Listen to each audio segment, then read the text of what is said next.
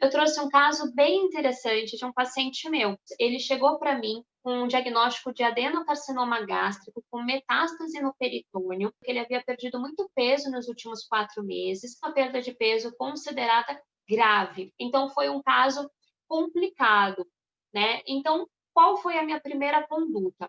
Seja muito bem-vindo ao programa Pela Vida com Qualidade. Aqui eu falo com nutricionistas, como fazer vocês atenderem sem medo os pacientes em tratamento oncológico. Eu sou a Aline Barreiros, nutricionista oncológica, e o tema de hoje é proteínas, como elas se encaixam dentro da nutrição do paciente oncológico. Então, as proteínas, elas são macromoléculas, e essas macromoléculas são formadas por cadeias de aminoácido. Essas cadeias são formadas por ligações peptídicas, a partir daí que se forma esse macronutriente que é a proteína.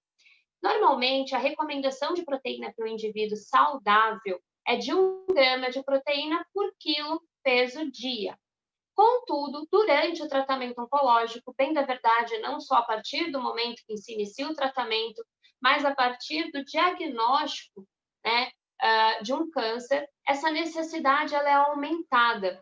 E é muito importante que você, nutricionista, se atente a isso, se atente a essa necessidade proteica aumentada do seu paciente. As proteínas, elas são muito importantes para a manutenção da nossa massa muscular, para a construção e manutenção dos nossos órgãos e tecidos, bem como reparação de tecidos danificados, para a síntese de hormônios, neurotransmissores, enzimas. Então, elas são de suma importância para que o seu paciente ele tenha qualidade de vida, uma melhor recuperação, uma melhor resposta ao tratamento e também um melhor desfecho clínico. Um erro comum que eu observo na hora das prescrições nutricionais voltado aos pacientes oncológicos é que normalmente nós nutricionistas temos a tendência de supervalorizar as calorias e subestimar as proteínas. Então nós nos preocupamos muito, né, em alcançar as necessidades calóricas do paciente e muitas vezes em detrimento das necessidades proteicas. Né? Então, muitas vezes, quando a gente alcança a necessidade calórica e a necessidade proteica, por algum motivo, ela não é alcançada, muitas vezes isso acaba passando despercebido ou não é visto com tanta importância. E, na verdade, durante o tratamento oncológico, não que as calorias não sejam importantes, mas mais importante até mesmo do que as calorias é chegarmos na adequação de proteínas, fazer com que esse paciente consiga consumir as suas necessidades proteicas diárias, né? E então é muito importante não somente uma prescrição adequada, mas também nos retornos, né, nas consultas de acompanhamento, que você observe, realmente avalie de uma maneira bem criteriosa se o seu paciente está conseguindo consumir a quantidade de proteína que você prescreveu, ou se muitas vezes ele está consumindo quantidades inferiores, ele está omitindo refeição, ele está pulando muitas vezes o consumo da proteína daquela refeição. Por exemplo, já aconteceu comigo de um paciente nas consultas de acompanhamento relatar que estava seguindo o plano alimentar adequadamente, que ele estava consumindo, por exemplo, café da manhã, como eu havia prescrito. Contudo, quando eu comecei a mais a fundo, a dizer, tudo bem, mas fala para mim exatamente como tem sido o seu café da manhã, fale todos os alimentos, vamos bater aqui, né, o plano alimentar juntos. E aí, normalmente a proteína ela era negligenciada, né? Então, normalmente eles encaravam, por exemplo, requeijão, manteiga como fontes de proteína, mesmo no plano alimentar, tendo lá fontes melhores, como queijos, ovos, mas normalmente eles acabavam achando que era a mesma coisa e isso acabava passando despercebido, ou seja, se eu não tivesse investigado, pedindo realmente para ele especificar o que ele está comendo em cada refeição, por mais que eu já tivesse orientado o plano alimentar e prescrito um plano alimentar bacana e adequado, eu não teria essa informação. O ovo e o queijo, eles são melhores fontes proteicas do que o requeijão e a manteiga, primeiro, pela densidade nutritiva desses alimentos, né? Então, a composição de vitaminas, minerais e outros macronutrientes existentes nessas fontes alimentares, né? Nessas fontes proteicas. Agora, além disso, esses alimentos, eles têm uma quantidade superior de proteína quando comparada à manteiga e o requeijão. Até porque o paciente, né, para alcançar ali, por exemplo, a quantidade existente num ovo, quando comparado a uma manteiga, ele teria que consumir grandes quantidades de manteiga. E aí, realmente, não é interessante que esse paciente faça uso também de grandes quantidades dessa gordura. Além disso, né, o requeijão, no caso, por ser um alimento processado, ele não é indicado que apareça de maneira frequente, constante, todos os dias na alimentação do paciente, ainda mais em grandes quantidades.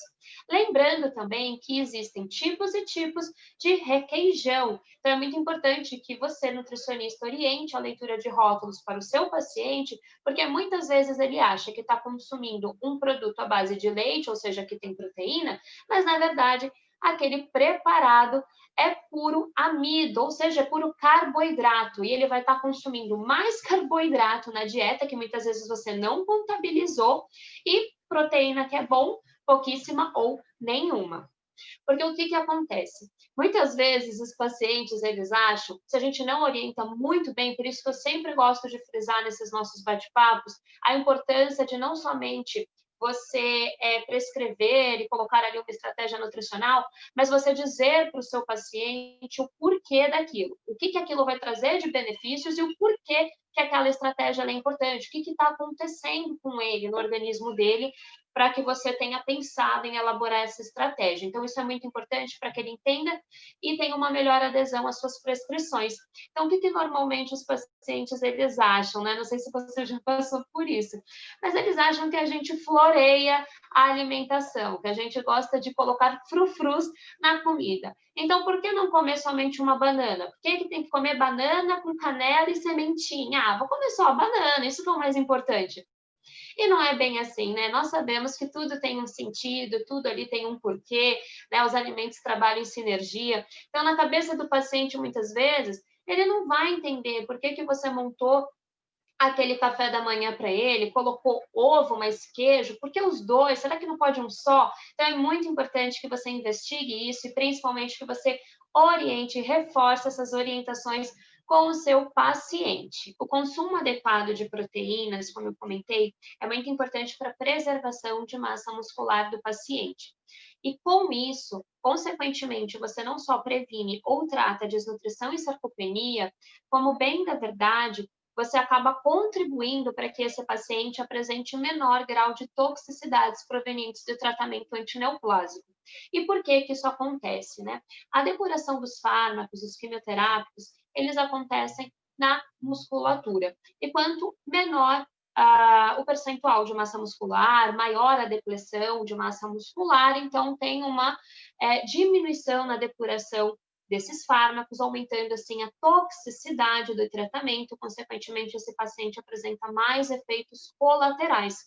Mais efeitos colaterais é sinônimo de piora na qualidade de vida. Muitas vezes esse tratamento precisa ser interrompido, dependendo do grau dos efeitos colaterais e quais são esses efeitos colaterais. Depressão, né? O paciente ele passa a não conseguir desenvolver as suas tarefas do dia a dia. Então, tudo isso acaba tendo um impacto muito grande, né? Não só na vida daquela pessoa, mas também no tratamento médico proposto.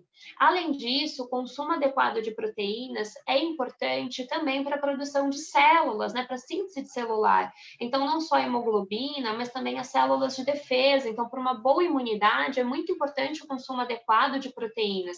Pensando que esse paciente ele pode ser submetido, por exemplo, a um tratamento cirúrgico, o consumo adequado de proteína previamente e também no pós-cirúrgico é importante para que ele tenha, né, uma boa imunidade, então menores riscos de complicações, né, durante a cirurgia e no pós-cirúrgico, mas também uma melhor recuperação, melhor cicatrização, menor tempo de internação.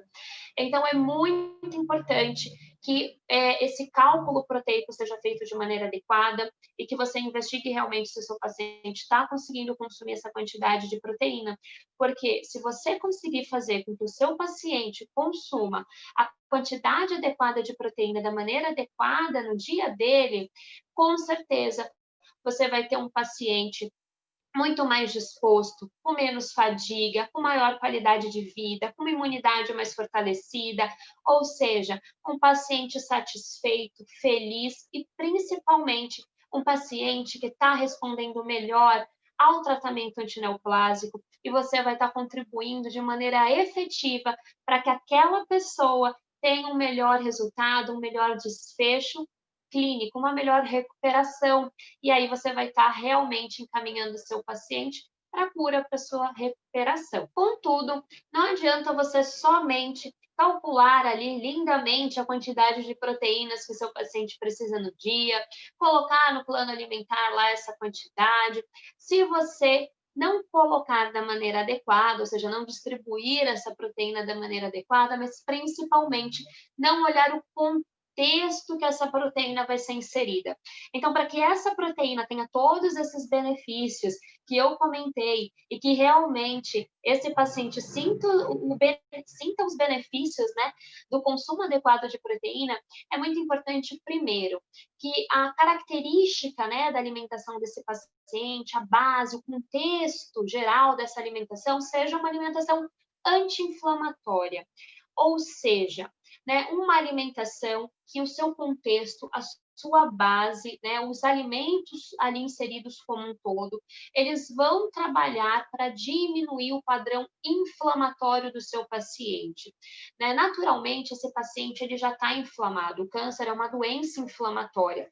E essa inflamação, por si só, já está relacionada com o aumento do catabolismo proteico, ou seja, a quebra de proteína, na massa muscular, então o aumento, né, da proteólise, também o aumento da produção de proteínas pró-inflamatórias de fase aguda. Então, tudo isso contribui para que esse paciente perca massa muscular, desenvolva desnutrição, sarcopenia, e também essa inflamação está relacionada a distúrbios, né, neuroendócrinos, então aumentando aí a anorexia, então impactando também a ingestão alimentar.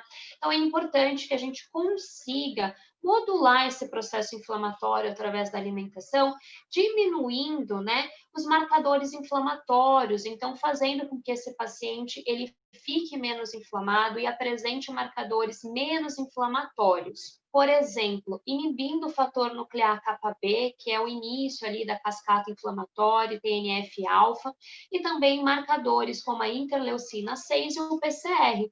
E através de uma alimentação nesse contexto, de uma alimentação anti-inflamatória, é possível você ter melhores resultados em relação a esse aspecto. Que nem o PCR a gente pede, né? Dá para solicitar exames. Outros marcadores normalmente não são solicitados, mas é que a partir dos estudos hoje existentes, onde a população dos estudos, né, foram analisadas, foi averiguado que o consumo de determinados alimentos tem a capacidade de diminuir esses marcadores, entre outros, através, por exemplo, de inibir o fator nuclear kappa-B, TNF-alfa, que são iniciadores dessa cascata inflamatória. Então, modulando esse processo, não quer dizer que o paciente ele não vai estar inflamado, né? A gente não consegue zerar essa inflamação, mas nós conseguimos modular e diminuir, então, esse processo inflamatório, melhorando, na verdade, essa inflamação, atenuando, né, essa cascata inflamatória. E isso também contribui para a imunidade. Um paciente menos inflamado, a imunidade também ela acaba sendo mais fortalecida. Além disso, né, além de olhar o contexto da alimentação para que essa alimentação seja uma alimentação mais anti-inflamatória, é importante o consumo adequado de carboidratos. Né? Então, quando a gente fala em síntese de musculatura ou preservação de massa muscular, tratamento de desnutrição, de sarcopenia ou prevenção, né, dessas situações clínicas, não somente temos que falar de proteína, é claro que ela ali é a protagonista, mas os carboidratos são importantes. Não adianta você entupir o seu paciente de proteína, né, calcular tudo bonitinho e esse paciente não está consumindo a quantidade adequada de carboidratos. E claro, né? Existem carboidratos e carboidratos, então carboidratos ali complexos, né? Você trabalhar também com carboidratos que tem ali um menor índice glicêmico, refeições, né? Controlando ali a carga glicêmica dessas refeições. Tudo isso precisa ser trabalhado, mas é muito importante que você converse com o seu paciente, desmistificando as histórias e os mitos em torno do carboidrato, do consumo do carboidrato durante o tratamento oncológico.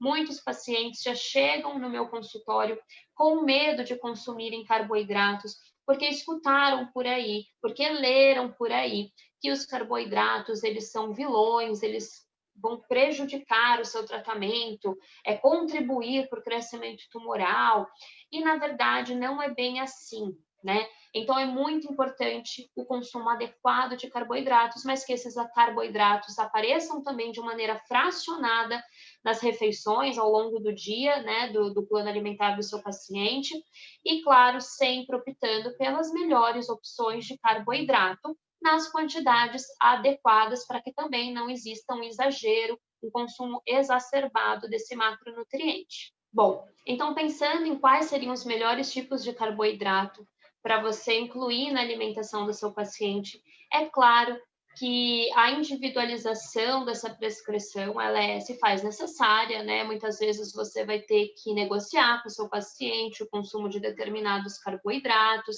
você vai ter que mexer no contexto daquela refeição para introduzir um carboidrato, talvez, que seja de um elevado índice glicêmico, mas você vai ter que, através do contexto daquela refeição, controlar a carga glicêmica daquela refeição.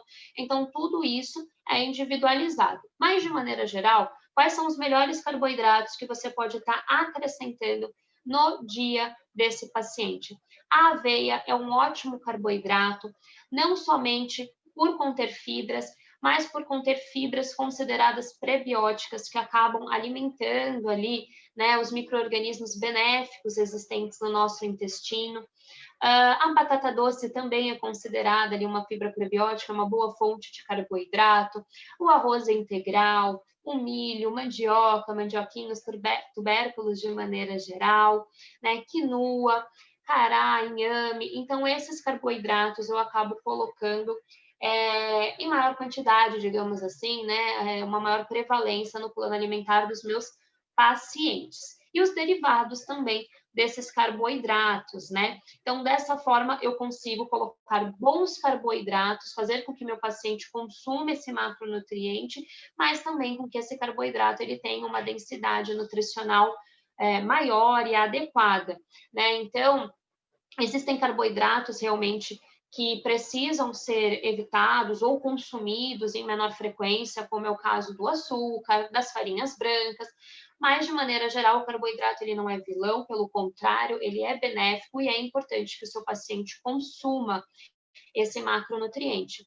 Até porque, dependendo dos efeitos colaterais que o seu paciente, né, for apresentar, estiver apresentando, os carboidratos, né, as fontes de carboidrato, elas acabam sendo melhores aceitas. E se você não conversa sobre isso com o seu paciente, ou seja, se o seu paciente ainda se sente inseguro em consumir esses carboidratos, ou se até mesmo você restringe esse grupo alimentar do contexto de alimentação do seu paciente, acaba dificultando ainda mais a ingestão, né? E aí esse paciente fica cada vez mais limitado, pensando nos efeitos colaterais que ele está apresentando, e aí a perda de peso, né, ela pode acontecer também, essa perda de peso ela pode ser intensificada. Bom, normalmente os alimentos, né, fontes de proteína que eu costumo colocar no plano alimentar dos meus pacientes são variados, isso é muito importante, né? Que também você consiga trabalhar a variedade com o seu paciente,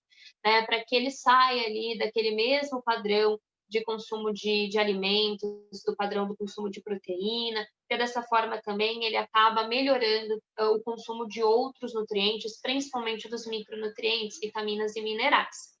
Bom, de maneira geral, quais são as proteínas que eu costumo utilizar, né?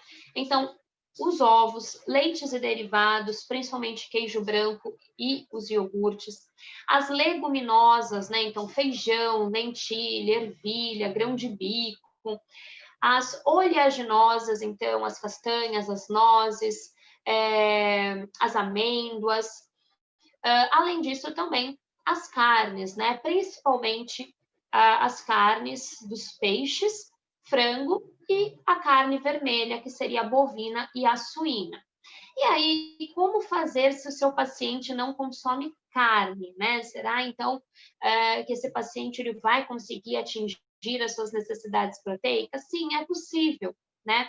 É possível que você utilize as opções de proteína, as fontes proteicas vegetais, né? Então, como por exemplo as leguminosas e as oleaginosas que eu comentei. Além disso, por exemplo, né, a soja orgânica, tanto o tofu orgânico fermentado também é interessante, a não ser em casos específicos, eu acabo não prescrevendo, mas de maneira geral, dentro de um contexto de uma alimentação variada, se for orgânico, não teria problema.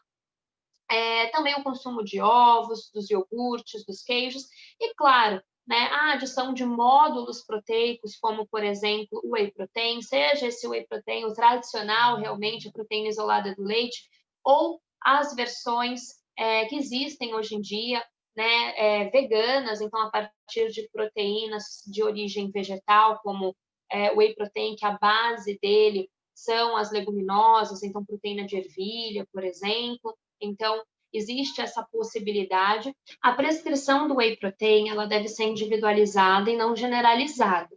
É muito importante avaliar se faz necessário a adição desse módulo proteico na alimentação do seu paciente. Se sim, qual é o melhor tipo de whey protein para o seu paciente, se é o isolado, se é o hidrolisado. Então, é muito importante que você entenda a situação clínica, né, do seu paciente, o que ele está passando agora, o motivo que você quer adicionar esse whey protein. E, normalmente, na minha prática clínica, quando adiciono whey protein, eu faço associação com ômega 3 para melhores resultados, pensando em síntese proteica, né? Então, pensando em síntese de massa muscular, preservação de massa muscular, evitar, né, a desnutrição, até mesmo tratamento de desnutrição. De maneira geral, as fontes proteicas, elas não são proibidas. Então, por exemplo, a carne vermelha, existe uma recomendação, né, que o paciente ele faça a ingestão de no máximo 300 gramas na semana de carne vermelha, mas ela não é proibida.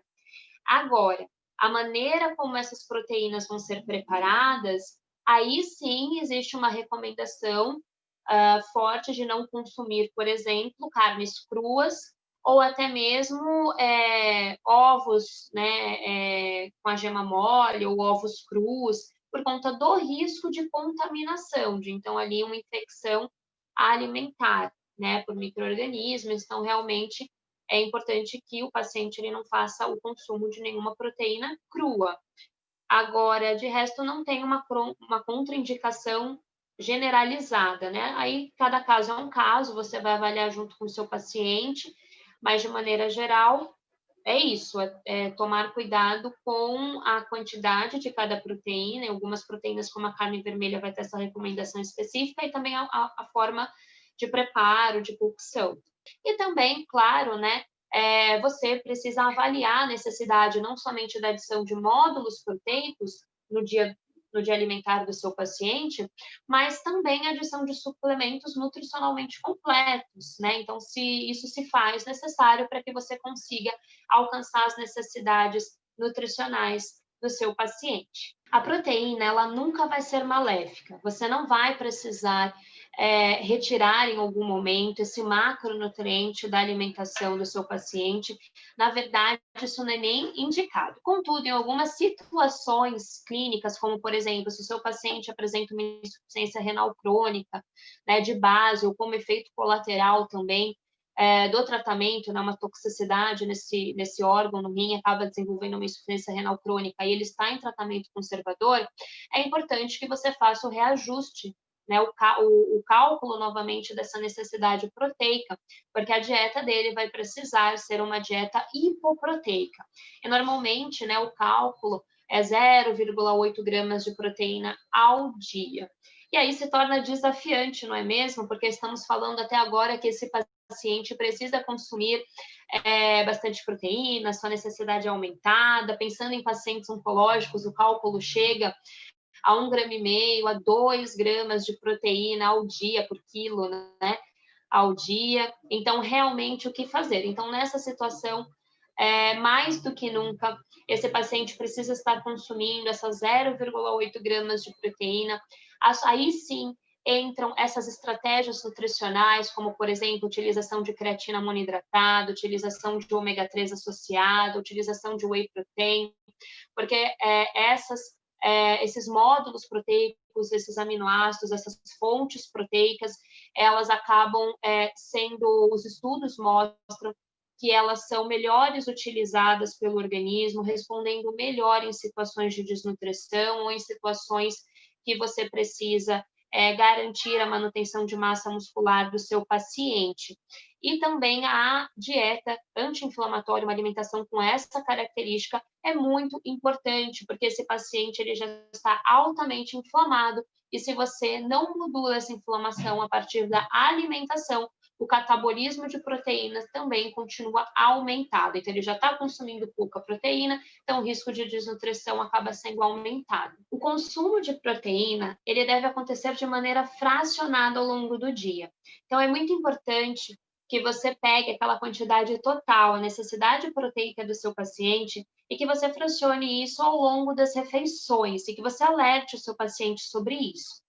Além disso, é importante que você estimule a variedade alimentar. Então, quais são os tipos de fontes proteicas que esse paciente pode fazer uso, né? Como que ele pode variar, que você dê opções até mesmo de receitas para ele. Isso é importante para que ele possa variar também os nutrientes existentes naquela fonte proteica e também pensando principalmente no almoço e jantar, por exemplo, para que ele não tenha um consumo excessivo de carnes vermelhas, né, que são as carnes bovinas e as carnes suínas. Então, a recomendação de carne vermelha, né, é que o consumo pelo paciente oncológico seja em torno de 300 gramas semanais, né, que não ultrapasse muito esse valor. Então, é importante que você trabalhe essa variedade com o seu paciente. Se for um paciente que gosta muito de carne vermelha, que você inclua essa carne, né, esse tipo de carne, mas que você vá diminuindo o consumo aos poucos, estimulando, né, a diminuição no consumo dessa carne vermelha, e, em contrapartida, que você estimule ali o consumo de outras fontes também proteicas, de outras proteínas. Então, resumindo, pensando num passo a passo para você, que você possa aplicar no seu consultório, aplicar na sua prática clínica, né? O primeiro passo é você fazer o cálculo, então, das necessidades proteicas e calóricas do seu paciente. É o primeiro passo. Fazendo esse cálculo, é muito importante, então, que você pegue essa quantidade total de proteína e que você fracione ela em todas as refeições. Na hora de montar o plano alimentar, sempre pensa como que eu posso adicionar proteína nessa refeição. Por mais que essa refeição seja apenas um lanche intermediário. E aí, nesse lanche intermediário, você pode estar acrescentando, por exemplo, um mix de castanha, uma fatia de queijo branco, né? Às vezes, você pode estar adicionando junto de uma fruta, por exemplo, você pode estar adicionando também uma pasta de amendoim. Então, que você adicione um pouco de proteína em todas as refeições. É claro, algumas refeições vão ter uma maior quantidade de proteína, outras menores, né? Mas é importante esse fracionamento. É importante também, a partir daí, que você verifique se há necessidade da prescrição de módulos proteicos para que você consiga atingir essa necessidade proteica, porque nesse momento também você vai ter que levar em consideração como que está a ingestão alimentar do seu paciente. Se ele está com apetite, se ele está apresentando algum efeito colateral que pode impactar nessa ingestão de proteína e dos demais grupos alimentares. Então, nesse momento também é necessário que você faça a avaliação se tem a necessidade de adicionar módulos nas refeições e nas preparações. É importante, né, a partir daí, um outro passo, que é o consumo adequado de carboidratos. é importante que você observe no plano alimentar que você montou, que você calculou, quais foram os tipos de carboidrato que você colocou, como que eles estão aparecendo, se está numa quantidade adequada. E quando eu digo quantidade adequada, é para que não tenha nem pouco carboidrato, mas também não tenha um exagero de carboidratos, um excesso de carboidratos na alimentação desse paciente. E ao final, depois de você já ter distribuído a proteína, ter olhado os demais macronutrientes e também os ter distribuído, depois de você avaliar a necessidade dos módulos e de suplementação, se possível, inclua o ômega 3, né? E também é interessante você adicionar fontes alimentares de ômega 3, como, por exemplo, a linhaça, a sardinha, e, se necessário, pensando, por exemplo, né, num tratamento em um paciente desnutrido, né, um paciente caquético, você pode estar utilizando também a creatina monoidratada ou whey protein em associação com esse ômega 3. E para finalizar, para ilustrar para você tudo isso que nós conversamos, eu trouxe um caso bem interessante de um paciente meu. Um homem, 40 anos, ele chegou para mim com um diagnóstico de adenocarcinoma gástrico com metástase no peritônio e também, na primeira consulta, ele havia relatado que ele havia perdido muito peso nos últimos 4 meses, em torno ali de 8%. Então, é uma perda de peso considerada grave. E nesse caso, né, ele tinha um histórico, ele era professor de educação física, ele era personal trainer, então ele tinha um histórico também bacana de atividade física, de prática de atividade física, de percentual de gordura, de percentual de massa muscular antes do diagnóstico, né? Então, ele relatou, né, que ele sempre apresentou um percentual de gordura baixo, um percentual muscular elevado. Então, tudo isso foi muito impactante para ele também, porque essa perda de peso grave se caracterizou principalmente na perda de massa muscular. Então, ele estava debilitado, ele estava se sentindo muito cansado, fadigado, prostrado. Como eu comentei, ele era professor, ele não estava mais conseguindo dar as aulas, né? Então, isso estava impactando também ele financeiramente, socialmente. Então, foi um caso complicado, né? Então, qual foi a minha primeira conduta? O primeiro passo foi foi calcular a necessidade proteica e ajustar isso na alimentação dele. Então, fracionar essa quantidade de proteína calculada. No caso, eu calculei, né, de acordo com o peso dele, 1,5 gramas para cada quilo de peso. Então, só para puxar aqui para vocês terem ideia, ele chegou para mim com 82,4 kg. A recomendação dele era de 123 gramas de proteína. Então, eu fracionei essa quantidade proteica, contudo, é uma quantidade elevada de proteína. Eu adicionei também o whey protein, no caso foi o whey protein isolado, o ômega 3 e a creatina monoidratada. Eu iniciei o uso de creatina monoidratada com uma dose de saturação, ou seja, esse paciente ele consumia 3 gramas de proteína 4 vezes ao dia na primeira semana e depois o uso de creatina monoidratada na manutenção no caso foram 3 gramas uma vez ao dia por 2 meses. E aí, no caso, ele retornou em consulta comigo depois de um mês e meio aproximadamente, e ele já começou a ter bons resultados. Primeiro, resultados no sintoma, né? Melhoras no sintoma. Então, ele relatou que ele não estava mais tão cansado, que ele tinha voltado a dar aula, que aos poucos ele estava recuperando a energia, né, para fazer as suas atividades do dia a dia. Então, para vocês terem ideia, como eu comentei, na primeira consulta ele estava com 82,4 kg. Na segunda consulta, um mês e pouquinho depois, ele estava com 83,1 kg. Então, ele apresentou um ganho de 700 gramas, só que o mais interessante é que esses 700 gramas se reverteram em massa muscular. Então, na primeira consulta, ele estava com 62,2 kg de massa muscular e na segunda consulta 64,400. Ele teve um ganho de 2,2 kg de massa muscular. Isso porque, né, então, como que vocês devem estar se perguntando, poxa, mas se ele ganhou essas 700 gramas, como que isso se deu em 2,2 kg de massa muscular? É, porque como ele voltou a dar aula e voltou a praticar atividade física, ele conseguiu reduzir o percentual de gordura e aumentar o percentual de massa muscular em 1 mês e meio com essas condutas. Então, foi uma alegria muito grande para mim e, claro, principalmente para ele, porque ele estava vendo ali os benefícios, né, de seguir realmente a alimentação e as estratégias nutricionais.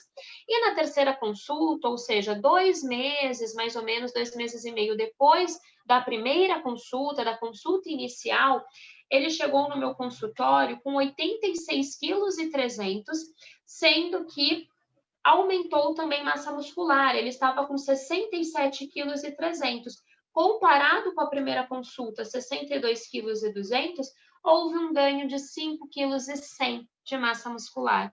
Durante o tratamento oncológico, é muito desafiante você fazer com que o seu paciente mantenha massa muscular, quem dirá ganhe massa muscular. E esse caso foi um caso muito feliz, foi um caso assim surpreendente. É claro, né, para vocês verem a importância também do trabalho multidisciplinar, não só a alimentação, mas a prática de atividade física, né, treinos de força, ele fazia. Enfim, ele era o profissional, ele mesmo passava o treino para ele, mas essa associação quão benéfica foi para ele, porque não somente ele recuperou essa massa muscular, mas a imunidade dele estava ótima, os exames bioquímicos estavam bons, né? Ele apresentou menos sintomas como fadiga, cansaço, prostração, e o mais bacana, a esposa dele na época estava grávida, e o que ele mais queria era poder ter energia e passar por tudo isso para poder aproveitar o filho, né, quando ele nascesse. Então ele estava muito feliz e radiante porque ele estava vendo o resultado e ele estava mais esperançoso, né, perante o que viria a acontecer. Então esse caso foi bem legal porque eu pude ver na prática, né, e como vocês podem ver agora, como que a alimentação e as estratégias nutricionais adequadas, focadas em cada caso, podem realmente ajudar de maneira efetiva o nosso paciente. E quando a gente fala em ajudar de maneira efetiva o nosso paciente, nós só não estamos falando da questão física, né? Mas também de tudo que o cerca. Então, naquele momento, eu consegui trazer esperança para ele, não só com o melhor desfecho clínico, mas com uma maior qualidade de vida e também a esperança de poder aproveitar melhor o seu filhinho que estava para nascer. Eu espero que você tenha gostado das dicas de hoje, do conteúdo de hoje. Se você gostou, então fica ligado, porque toda semana tem um conteúdo novo, tem materiais novos e dicas novas para te ajudar, te auxiliar nos seus atendimentos, porque comigo você não fica de mãos atadas.